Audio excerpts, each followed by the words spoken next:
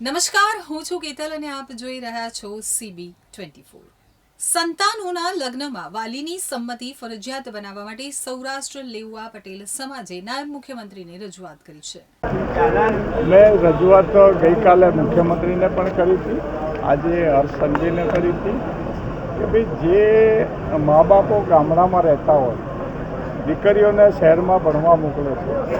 શહેરમાં અમદાવાદમાં આવતા હોય, સુરત આવતા હોય કે જ્યાં ત્યાં એને કોલેજમાં એડમિશન મળે ત્યાં મોકલતા હોય, પછી ઘણા આજે રોમિયો ફરતા હોય છે સાચા ખોટા, જે ખરેખર પોતે પોતાના ધંધોય ન કરતા હોય, કાં તો માગીને ગાડી લઈને ફરતા હોય, અને આ દીકરીઓને ફસાવી અને જે લગ્ન કરે છે ભગાડીને, એના અનુસંધાનમાં અમે સરકારમાં રજૂઆત કરી। ગઈકાલે મુખ્યમંત્રી ભૂપેન્દ્રભાઈને કરી છે અને આજે ગૃહમંત્રી સાહેબને અને ડેપ્યુટી CMને પણ રજૂઆત કરી કે ભાઈ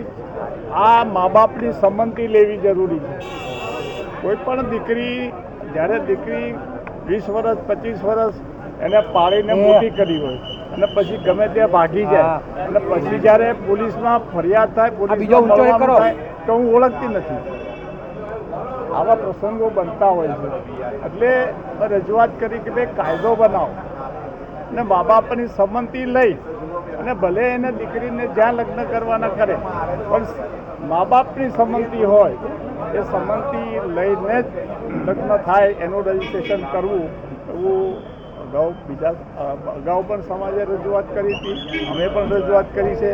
અગાઉ અમે પણ કરી હતી અને હવે પણ કરી છે કે ભાઈ કાયદો આ વખતની વિધાનસભામાં જ બને એવું અમે ઈચ્છા રાખીએ છીએ। એટલે અમદાવાદમાં 12 ઘટકો છે, આખા અમદાવાદમાં લેઉવા પટેલ સમાજના બધા આગેવાનો અત્યારે હાજર છે, પરસોત્તમભાઈ છે, ભાઈ દિનેશભાઈ છે,